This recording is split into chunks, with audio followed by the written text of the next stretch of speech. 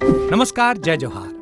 क्या आप भी गवर्नमेंट एग्जाम्स की तैयारी करना चाहते हैं? क्या आप भी मेमोरी टेक्निक्स और ट्रिक्स के जरिए बहुत ही कम समय में स्मार्ट स्टडी करना चाहते हैं? क्या आप चाहते हैं कि सीजी व्यापम टॉपर आपको पढ़ाए?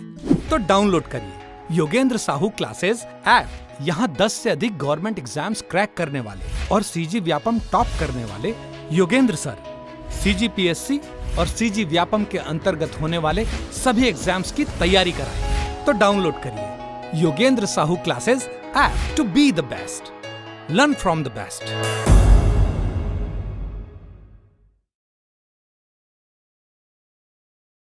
कोई भी सपना साकार करने के लिए सबसे जरूरी है सही कोच का होना। चुनिए Yogendra Sahu classes first rank को और करें अपने सीजी व्यापम CGPSC का सपना साकार। Download the app now. नमस्कार दोस्तों, स्वागत है आपका योगेंद्र साहू ऑनलाइन क्लासेस में। तो आज के क्लास में हम चर्चा करेंगे संवैधानिक विशेषताओं पर। हमारा भारतीय संविधान लिखित एवं लचीला है। ठीक, भारतीय संविधान की विशेषताओं को दो भागों में बांटा जाता है। पहला भाग है संघीय और दूसरा भाग है एकात्मक विशेषताएं। ठीक है, तो हम देखते हैं कि संघीय विशेषताओं में कौन कौन सा विषय आता है और एकात्मक विशेषताओं में कौन कौन सा विषय आता है। तो सबसे पहले देखते हैं हम संघीय विशेषताएं। तो संघीय में आता है द्वैध राज पद्धति, राज्य नश्वर नहीं है, शक्तियों का विभाजन, मतलब कि केंद्र की शक्तियाँ क्या होंगी, राज्य की शक्तियाँ क्या होंगी, ये शक्तियों का विभाजन, संविधान की सर्वोच्चता, द्विसदनीयता, मतलब कि दो सदन होते हैं, एक होता है लोकसभा, एक राज्यसभा, मतलब एक उच्च सदन और एक निम्न सदन, एकल संविधान, लिखित संविधान, संविधान संशोधन की जटिल प्रक्रिया, ये सभी किस में आते हैं? तो ये सभी आते हैं संघीय विशेषताओं में। उसी प्रकार एकात्मक विशेषताओं में है सशक्त केंद्र, संविधान का लचीलापन, राज्य के प्रतिनिधित्व में समानता का अभाव, आपातकालीन उपबंध, एकीकृत न्यायपालिका कठोरता, अखिल भारतीय सेवाएं, जो IAS, IPS, IAFS ये सब होते हैं वो अखिल भारतीय सेवाओं में आते हैं, और राज्यपालों की नियुक्ति, राज्य विधेयकों पर वीटो शक्ति, ये सभी क्या है? तो ये सभी एकात्मक विशेषताएं हैं। ठीक है, तो प्रश्न बनाते हैं। पहला प्रश्न है भारतीय संघीय व्यवस्था में कौन कौन से एकात्मक तत्व पाए जाते हैं? क्या पूछ रहा है? तो पूछ रहे हैं एकात्मक तत्व पूछ रहा है। ठीक है, तो देखते हैं। लिखित संविधान, कठोर संविधान, संविधान की सर्वोच्चता, ये तीनों क्या है? तो ये तीनों तो हम संघात्मक में देखे थे, तो ये एकात्मक में नहीं आएगा। चौथा क्या है? राज्यपाल की नियुक्ति, तो ये एकात्मक में था। ठीक, शक्तियों का विकेंद्रीकरण, नहीं, ये संघात्मक था, तो ये इसमें नहीं आएगा। राज्य विधेयकों पर राष्ट्रपति की स्वीकृति, ये आएगा। और संवैधानिक संकट, ये भी आएगा। एकल सर्वोच्च न्यायालय, ये क्या है? ये एक संघात्मक है, तो ये नहीं आएगा। तो क्या आएगा? राज्यपाल, मतलब चौथा, छठवां और सातवां, ऑप्शन डी इसका राइट आंसर हो जाएगा। ठीक है, अगला प्रश्न देखते हैं। भारतीय संविधान में एकात्मक तत्व कौन से हैं? ठीक है, इसमें भी क्या पूछ रहे हैं? एकात्मक तत्व कौन से हैं? तो राज्यपालों की नियुक्ति, ये एकात्मक है। ठीक है, आंग्ल भारतीय का नामांकन, तो ये तो नहीं था। एकल नागरिकता, हाँ, ये भी एकात्मक तत्व है। और लिखित एवं कठोर संविधान, नहीं, लिखित वाला क्या था? संघात्मक था। ठीक, संविधान की सर्वोच्चता क्या था? वो भी संघात्मक था। अखिल भारतीय सेवाएं, ये क्या था? तो ये था एकात्मक तत्व। तो ऑप्शन ए इसका राइट आंसर हो जाएगा, 1, 3 और 6। ठीक है, अगला प्रश्न देखते हैं। निम्नलिखित में से कौन सा संघात्मक शासन का लक्षण नहीं है? इसमें पूछ रहे संघात्मक शासन का लक्षण नहीं है। ठीक है, तो संसद के दूसरे सदन में असमान प्रतिनिधित्व और इसके साथ ही राज्यों में राज्यपालों की नियुक्ति, ये संघात्मक शासन है। ये किस में आएगा? तो ये एकात्मक तत्व में आएगा, मतलब ऑप्शन सी इसका राइट आंसर हो जाएगा। ठीक है, आगे देखते हैं। राष्ट्रीय एकता का अर्थ है अपनी जाति को बनाए रखना एवं दूसरों को विरोध करना? नहीं। अपने धर्म वाले के साथ रहना और धर्म के लिए लड़ना, ये भी नहीं हो सकता। भाषा के नाम पर विरोध, ये भी नहीं हो सकता। तो क्या होगा? अलग जाति, धर्म और भाषा बोलते हैं फिर भी एकता संरक्षित की जाती है, तो यही क्या है? राष्ट्रीय एकता, मतलब अनेकता में एकता का भाव। ठीक है, आगे देखते हैं। भारतीय संस्कृति की मूल विशेषता निम्नलिखित में से क्या है? तो विविधता में एकता ही हमारा क्या है? मूल विशेषता है। ठीक है, भारत का संविधान है, भारत का संविधान क्या है? तो लिखित एवं लचीला है। मैंने आपको शुरू में ही बताया था कि भारतीय संविधान क्या है? लिखित है, और ये सबसे बड़ा लिखित संविधान भी है, और क्या है? लचीला है। ठीक है, अगला प्रश्न देखते हैं। भारतीय संघवाद को सहकारी संघवाद किसने कहा है? तो जी ऑस्टिन ने। जी ऑस्टिन ने क्या कहा? सहकारी संघवाद कहा। किसे? भारतीय संघवाद को। ठीक है, अगला प्रश्न देखते हैं। भारतीय संविधान भारत को किस रूप में परिभाषित करता है? तो भारतीय संविधान भारत को क्या बोलता है कि यह राज्यों का एक संघ है। ठीक है, क्या है? राज्यों का एक संघ है, यूनियन है। ठीक, निम्नलिखित कथनों में से सही कथन का चयन करें। ठीक, तो देखते हैं। ऑप्शन ए है भारतीय संविधान अध्यक्षात्मक है। नहीं, ऐसा नहीं है। भारत एक नाम मात्र का राजतंत्र है। ये भी नहीं है। भारत एक कुलीन तंत्र है। नहीं, भारत एक संसाधनात्मक प्रजातंत्र है। ठीक है, इसका राइट आंसर क्या हो जाएगा? Option D. अगला प्रश्न देखते हैं। अधोलिखित में कौन एक अध्यक्षात्मक शासन प्रणाली का आधारभूत तत्व है? तो क्या है? एकल कार्यपालिका जो है इसका आधारभूत तत्व है। किस विद्वान ने कहा था भारत अर्ध संघात्मक राज्य है? तो प्रोफेसर के.वी. वियर ने क्या कहा था कि भारत एक अर्ध संघात्मक राज्य है। ठीक है, ऑप्शन डी इसका राइट आंसर था। अगला प्रश्न देखते हैं। भारत एक गणराज्य है क्योंकि शासन, पहला है शासन का स्वरूप लोकतांत्रिक है। नहीं, शासन का स्वरूप संसदीय है। ये भी नहीं है। राष्ट्रपति का पद निर्वाचित है। हाँ, ये गणराज्य की विशेषता है। राष्ट्रपति का कार्यकाल निश्चित है। हाँ, ये भी है। शासन में कोई भी पद वंशानुगत नहीं है। ये भी है। तो ऑप्शन सी इसका राइट आंसर हो जाएगा। भारत गणराज्य है, मतलब कि जैसे कि ब्रिटेन में होता है कि महारानी शासन करती है, उनका पद क्या होता है? वंशानुगत होता है। जो उनके वंश के हैं वही शासन करेंगे। लेकिन भारत में ऐसा है क्या? नहीं। भारत में राष्ट्रपति जो है, जो हमारे देश का मुख्य है, उसका पद का निर्वाचन होता है। मतलब हर 5 साल में उसमें निर्वाचन होता है। जरूरी नहीं है कि एक ही आदमी के वंश के लोग उस पद पर बैठे। ठीक है, अगला प्रश्न देखते हैं। भारत में संघीय व्यवस्था है क्योंकि शक्तियों का विकेंद्रीकरण, राज्य सरकार का अस्तित्व, लिखित और कठोर संविधान, राष्ट्रपति का पद निर्वाचित होना, और ठीक है यही तीनों था। तो राष्ट्रपति का पद निर्वाचित होना, इसे अगर छोड़ दिया जाए तो बाकी सब तीनों क्या होगा? संघीय व्यवस्था में आएगा। ठीक है, तो इसका राइट आंसर क्या है? ऑप्शन सी, 1 एवं 1, 2 और 3। ठीक है, अगला प्रश्न देखते हैं। संवैधानिक सरकार का आशय क्या है? तो कोई सरकार जो संविधान की सीमाओं से परिबद्ध है उसे ही क्या कहेंगे हम? संवैधानिक सरकार। मतलब जो संविधान के नियम कानून का पालन करे, उसका उल्लंघन ना करे, उसकी सीमाओं में ही बंधा हो, वही क्या है? संवैधानिक सरकार है।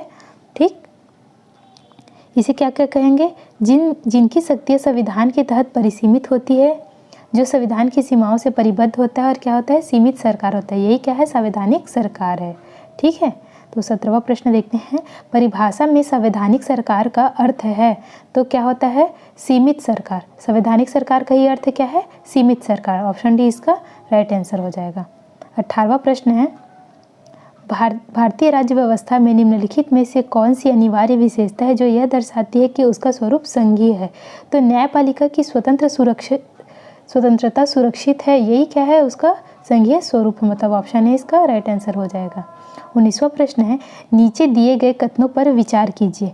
कथन है भारतीय संघात्मक व्यवस्था को अर्ध संघात्मक कहा जाता है, और कारण है भारत में एक स्वतंत्र न्यायपालिका है जिसे न्यायिक पुनरीक्षण का अधिकार है।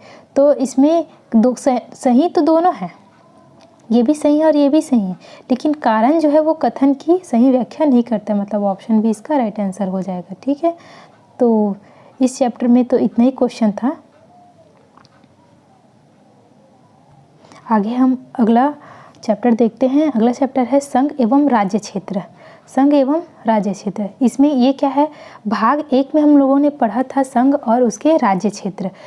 पहले लेक्चर में मैंने आपको पढ़ाया था ना कि संविधान को 22 भागों में बांटा गया है, तो उसका पहला भाग क्या था, संघ एवं राज्य क्षेत्र। ठीक है, संघ और राज्य क्षेत्र मतलब भाग 1 में कुल 4 अनुच्छेद दिए गए हैं, मतलब 1 से 4 अनुच्छेद का उल्लेख कहाँ है, भाग 1 में है। तो पहला अनुच्छेद हम लोग का क्या है, भारत अर्थात इंडिया राज्यों का एक संघ होगा। संविधान में ये बोला गया है, India that is Bharat shall be A union of state. इसमें बोला है कि भारत जो है स्टेट का यूनियन है। यहाँ फेडरेशन वर्ड का यूज़ नहीं किया गया है। संघ के लिए फेडरेशन भी यूज़ होता है और यूनियन भी यूज़ होता है। फेडरेशन के तहत मतलब अगर कोई राज्य एक कह सकते हैं कि वो उस देश से अलग भी हो सकते हैं, लेकिन यूनियन में कोई भी राज्य अपने से देश से अलग नहीं हो सकता। अगर कल को कहीं जाके छत्तीसगढ़ कहे नहीं मैं एक अलग देश बनाऊंगा, तो ये ऐसा नहीं कर सकता। ठीक है, वो क्या है, भारत जो है राज्यों का एक संघ है। तो पहला अनुच्छेद ये बोलता है कि भारत अर्थात इंडिया राज्यों का एक संघ होगा। इसमें भारत के राज्य क्षेत्रों को सम्मिलित किया गया है। राज्य क्षेत्र मतलब राज्यों का राज्य क्षेत्र, संघ राज्य क्षेत्र और सरकार द्वारा अर्जित राज्य क्षेत्र।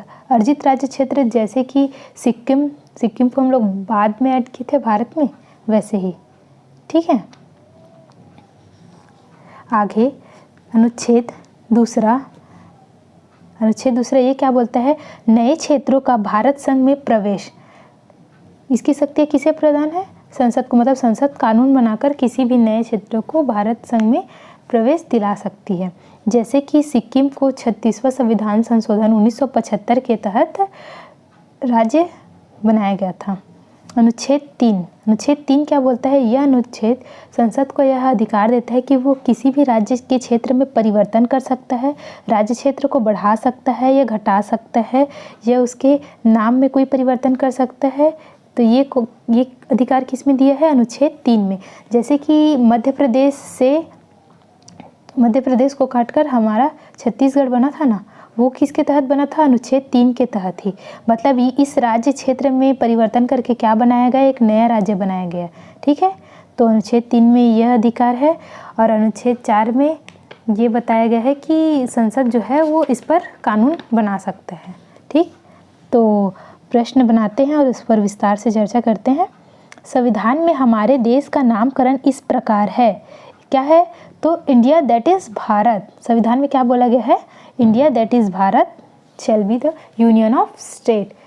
मतलब अब क्वेश्चन ऐसा आता है कि संविधान में भारत को किन नामों से उल्लेख किया गया है या कितने नामों से जाना गया है, तो सिर्फ 2 आएगा, क्या, इंडिया और भारत। हम लोग बोलने के लिए तो बहुत सारा बोल देते हैं, हिंदुस्तान, भारतवर्ष, लेकिन नहीं, संविधान में सिर्फ 2 नामों का ही उल्लेख है, इंडिया और भारत। ठीक है, प्रश्न दूसरा है, भाषाई आधार पर गठित प्रथम राज्य कौन सा है, तो ऐसा पहला राज्य कौन सा है, तो आंध्र प्रदेश ऐसा पहला राज्य है जिसको भाषा के आधार पर राज्य बनाया गया था। ठीक है, इसका डिटेल है, तेलुगु भाषाई की अलग राज्य बनाने के लिए पोट्टी श्री रामुलु ने लगातार 56 दिन अनशन किया था। तत्पश्चात दिसंबर 1952 में उनकी मृत्यु होने पर बढ़ते हुए उग्र आंदोलन को देखते हुए 1 अक्टूबर 1953 को आंध्र प्रदेश का गठन किया गया, जिसमें मद्रास के कुछ हिस्से भी शामिल थे। मद्रास मतलब जो चेन्नई वाला एरिया था वो। ठीक है, अगला प्रश्न है, संविधान के निम्नांकित में से किस प्रावधान के अंतर्गत भारतीय संसद को नया राज्य बनाने का अधिकार प्राप्त है, तो नया राज्य, तो ये अनुच्छेद 3 में बोला गया है। ठीक है, नए राज्यों का निर्माण, वर्तमान राज्यों के राज्य क्षेत्र और सीमाओं और नाम में परिवर्तन कौन से अनुच्छेद के तहत, तो अनुच्छेद 3 के तहत। ठीक है, अगला प्रश्न है, इनमें से कौन सा कथन सुमेलित है। ठीक, कौन सा कथन सुमेलित है ऐसा बोल रहा है, तो संसद किसी राज्य की सीमा बढ़ा सकती है, हाँ, और सीमा घटा भी सकती है, हाँ, और संसद किसी राज्य की सीमा में परिवर्तन कर सकता है, हाँ। ठीक है, ये तीनों क्या है, कथन सुमेलित है। ऑप्शन सी, डी और ई इसका राइट आंसर हो जाएगा। ठीक है, अगला प्रश्न देखते हैं, भारतीय संविधान के अनुच्छेद 3 के अनुसार निम्न में से कौन सा असंबद्ध है संसद विधि द्वारा तो नए राज्यों को प्रवेश दे सकेगी। अनुच्छेद 3 में ये नहीं बोला गया, अनुच्छेद 2 में बोला गया है क्या कि वो नए राज्यों को प्रवेश दे सकेगी। अनुच्छेद 3 में क्या कहा गया है, तो किसी भी राज्य के क्षेत्र में परिवर्तन कर सकती है या फिर उसके नामों में परिवर्तन कर सकती है। ठीक है, अगला प्रश्न है, भारत के संघ राज्य क्षेत्रों का प्रशासन होता है तो किसके द्वारा होता है, राष्ट्रपति द्वारा होता है। संघ राज्य क्षेत्र मतलब यूनियन टेरिटरी का प्रशासन किसके द्वारा होता है, ये पूछ रहे हैं। ठीक है, तो ऑप्शन ए इसका राइट आंसर हो जाएगा। 7वां प्रश्न है, भारतीय संघ के अंतर्गत किसी राज्य को मिलाने का संवैधानिक अधिकार किसे है, तो किसे है, संसद को इसका अधिकार है। संसद कानून बनाकर किसी राज्य को भारत संघ में मिला सकती है। ठीक है, ऑप्शन सी इसका राइट आंसर हो जाएगा। भारतीय विशेष संवैधानिक दर्जा प्राप्त राज्य है तो जम्मू और कश्मीर, ये पहले था लेकिन अब ये 31 अक्टूबर 2019 से निरस्त हो गया है। अब जम्मू कश्मीर को कोई विशेष संवैधानिक दर्जा प्राप्त नहीं है। अनुच्छेद 370 को इसके तहत समाप्त, जब अनुच्छेद 370 समाप्त किया गया तो ये उसे विशेष राज्य के दर्जे से भी हटा दिया गया। ठीक है, संघ शासित प्रदेशों की संख्या कितनी है, तो वर्तमान में संघ शासित प्रदेश कितने हैं, तो 8 है। ठीक है, कौन कौन से 8 है देखते हैं। दिल्ली है, चंडीगढ़ है, लक्षद्वीप, दमन व दीव एवं दादर नागर हवेली, पुडुचेरी, अंडमान निकोबार, जम्मू एवं कश्मीर और लद्दाख। पहले जो था वो दमन और दीव तथा दादर और नागर हवेली अलग अलग यूनियन टेरिटरी था, लेकिन बाद में इन दोनों को साथ में विलय कर दिया गया। और जो जम्मू कश्मीर है वो पहले विशेष राज्य के दर्जे वाले में आता था, लेकिन बाद में फिर इसको क्या बना दिया गया, यूनियन टेरिटरी बना दिया गया और इसे 2 भागों में बांटा गया। एक है जम्मू कश्मीर और दूसरा क्या है, लद्दाख। ठीक है, आगे देखते हैं। राज्य पुनर्गठन आयोग ने नवंबर 1956 को कितने राज्य तथा कितने संघ राज्य बनाने की अनुशंसा की थी, तो 14 राज्य और 6 संघ राज्य बनाने की अनुशंसा की थी। ऑप्शन ए इसका राइट आंसर हो जाएगा। ठीक है, 1953 में गठित राज्य पुनर्गठन आयोग के अध्यक्ष कौन थे, तो फजल अली थे तथा सदस्य कौन थे, तो हृदयनाथ कुंजरू तथा के.एम. पणिक्कर थे। इन आयोग ने 1956 में पारित अधिनियम के तहत 14 राज्य और 6 केंद्र शासित बनाने की अनुशंसा की थी। ठीक है, अगला प्रश्न है, भारत के आधार पर राज्यों के गठन के लिए राज्य पुनर्गठन आयोग की स्थापना कब की गई थी, तो इनमें से कोई नहीं। कब आएगा, तो 1953 में आएगा। ठीक है, और ऑप्शन में नहीं है, 56 है, 57 है, 1856 है, तो ऑप्शन डी इसका राइट आंसर हो जाएगा। ठीक है, भाषाई राज्य पर राज्य पुनर्गठन आयोग की स्थापना 1953 में की गई थी, जिसने अपनी रिपोर्ट कब प्रस्तुत की, तो 1955 में प्रस्तुत की गई। इस रिपोर्ट के आधार पर राज्य पुनर्गठन अधिनियम 1956 बना, जिसके तहत कितना राज्य, तो 14 राज्य और 6 केंद्र शासित प्रदेश बनाए गए थे। ठीक है, आगे है 12वां प्रश्न, भारत में वर्तमान में कितने राज्य और संघीय प्रदेश हैं, तो वर्तमान में कितने हैं, तो 28 राज्य और 8 संघीय प्रदेश है, जिसमें राष्ट्रीय राजधानी क्षेत्र भी शामिल है। ठीक, 13वां प्रश्न है, किस संविधान संशोधन द्वारा सिक्किम भारत का एक राज्य बना था, तो इसका आंसर होगा 35वें संविधान संशोधन के तहत सिक्किम को सह राज्य बनाया गया था, लेकिन 36वें संशोधन के तहत उसको पूर्णतः राज्य का दर्जा दे दिया गया था। ठीक है, ऑप्शन सी उसका राइट आंसर हो जाएगा। नीचे दिए गए राज्यों को भारत संघ के पूर्ण राज्य का दर्जा प्राप्त होने का सही कालानुक्रम कौन सा है, तो ये है, पहले बना क्या, नागालैंड, फिर हरियाणा, फिर सिक्किम, फिर अरुणाचल प्रदेश। NHSA। ठीक है, नागालैंड कब बना, तो 63 में बना। ठीक, हरियाणा कब बना, तो 66 में बना। सिक्किम कब बना, तो 1975, 36वें संविधान संशोधन के तहत 1975 में। अरुणाचल प्रदेश कब बना, तो 1987 में। ठीक है, 15वां प्रश्न है, निम्नलिखित भारतीय राज्यों का उनके निर्माण के अनुसार कालानुक्रम जमाए व कूट का प्रयोग करते हुए सही उत्तर का चयन करें। ठीक है, तो सीधा इसका आंसर देख लेते हैं। सिक्किम राज्य कब बना, 1975 में बन गया था। अरुणाचल प्रदेश 87 में बन गया था। छत्तीसगढ़ आप सभी को पता ही है 1 नवंबर 2000, और झारखंड कब बना था, 15 नवंबर 2000 को। तो ऑप्शन बी इसका राइट आंसर हो जाएगा। ठीक है, 16 प्रश्न देखते हैं। निम्न राज्यों का सृजन वर्ष 1960 के बाद हुआ था, इन्हें उनके गठन के आरोहिक कालानुक्रम व्यवस्थित करिए व उत्तर कूट की सहायता से चुनिए। तो देखते हैं। सबसे पहले बना था नागालैंड 63 में, हरियाणा 66 में, मेघालय 72 में और सिक्किम 75 में। मतलब ऑप्शन सी इसका राइट आंसर हो जाएगा। ठीक है। 17वां प्रश्न है, निम्नलिखित में से कौन से अनुच्छेद 3 के तहत संसद की कानून के द्वारा संभव नहीं है? तो नए राज्यों का प्रवेश, क्योंकि अनुच्छेद 3 में जो भारत संघ में पहले से राज्य है उनके क्षेत्रों में परिवर्तन, मतलब उसकी या तो उसकी सीमा को बढ़ा सकते हैं या घटा सकते हैं या उसके नामों में परिवर्तन कर सकते हैं, ये अनुच्छेद 3 के तहत। नए राज्यों का प्रवेश ये का होगा अनुच्छेद 2 के तहत। ठीक है।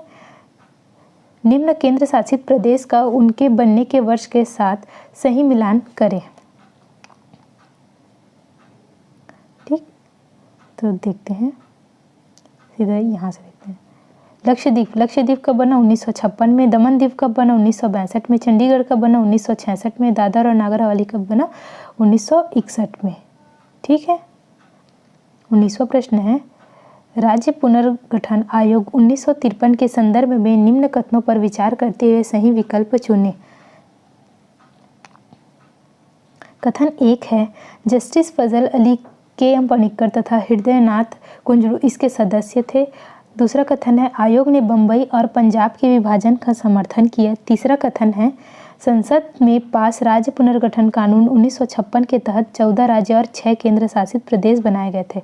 तो कथन 1 हम आगे भी पढ़े थे और कथन 3 ये दोनों क्या है? सही है, मतलब ऑप्शन डी। ये दोनों को हम लोग सामने पढ़ भी लिए थे ना। ठीक है। अगला प्रश्न है 20वां, संवैधानिक प्रावधानों के अनुसार राज्य की सीमाओं को बदलने के लिए किसकी सहमति की आवश्यकता है? तो ऑप्शन है राज्य की नहीं, मतलब राज्यों की सीमाओं को बदलने के लिए संसद जो है वो राज्य का सहमति नहीं लेता है, वो अपने से निर्णय लेता है और कानून बनाता है। ठीक है।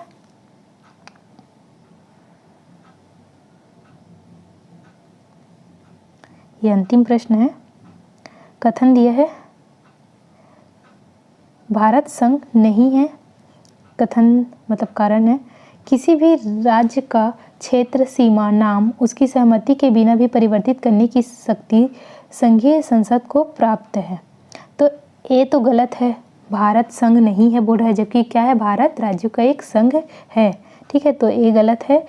और ये किसी भी राज्य का सीमा, क्षेत्र, उसका नाम उसकी सहमति के बिना परिवर्तित करने की शक्ति संसद को प्राप्त है। तो हाँ, ये सही है। ठीक, तो आपको वीडियो अच्छा लगे तो वीडियो को लाइक कीजिए और किसी भी प्रकार का डाउट हो तो आप कमेंट करके पूछ सकते हैं। और आगे ही ऐसे प्रश्न बनाने के लिए हमारे साथ जुड़े रहिए। धन्यवाद।